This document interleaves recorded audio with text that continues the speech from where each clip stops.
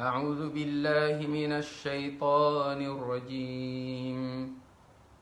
بسم الله الرحمن الرحيم.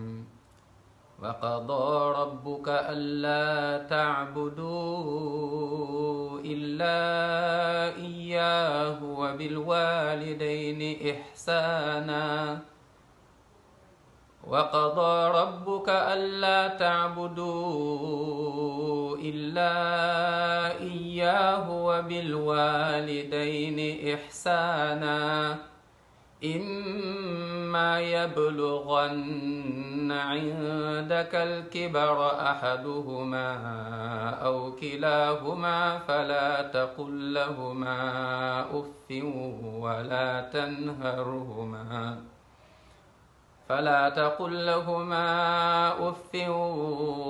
تنهرهما وقل لهما قولا كريما واخفض لهما جناح الذل من الرحمة وقل رب ارحمهما كما ربياني صغيرا.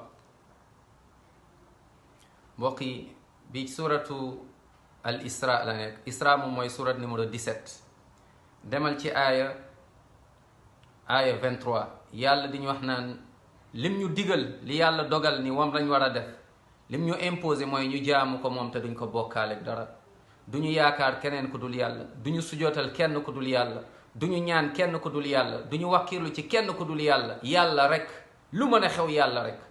duñu dem ci seetkat duñu dem ci sàndikatu pettaaw gisaanekat ñooñu safara lañ lay yóbbee ndax ñooñu seytaane la ñu paktal te seytaane képp ku ànd ak moom yàlla nee na safara ngeen jëm.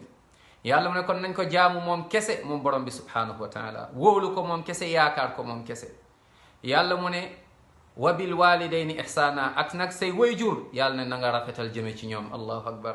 même say wayjur bu dee duñu ay julit demal ci suratu luqman yàlla ne na nga rafetal jëme ci ñoom ca suratu luqman 2e page bi juste ca digg bi yàlla nee na même say wayjur bu dee duñu ay jullit naam yàlla nee na buñ la woowee ci mooy yàlla doo leen topp waaye nag nee na na nga ànd ak ñoom nu mu gën a rafetee dafal lu baax jëme ci say wayjur.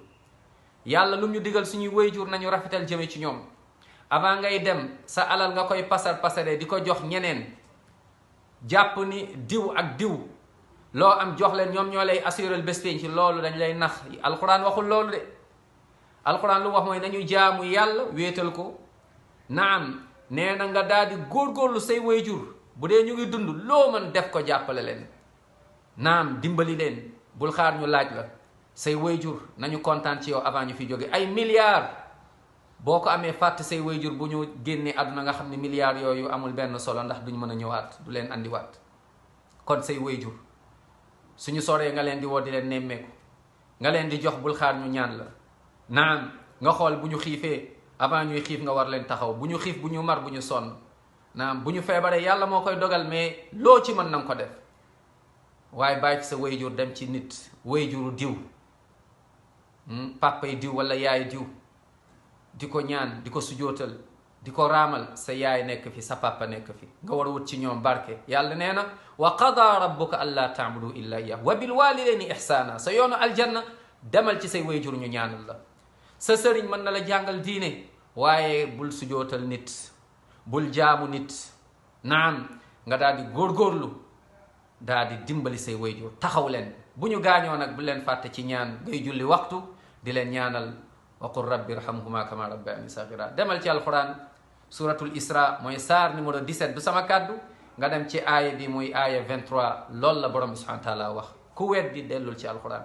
kon nañu jaamu yàlla wéetal ko topp sunnat bi sallallahu alayhi wa sallam jàng suñu diine waaye taxaw suñuy wayjur waaye yar suñuy njaboot nag ci yoonu alquran ak sunna yoonu aljanna. yal na yàlla boole ñun ñëpp ci nitu aljanna.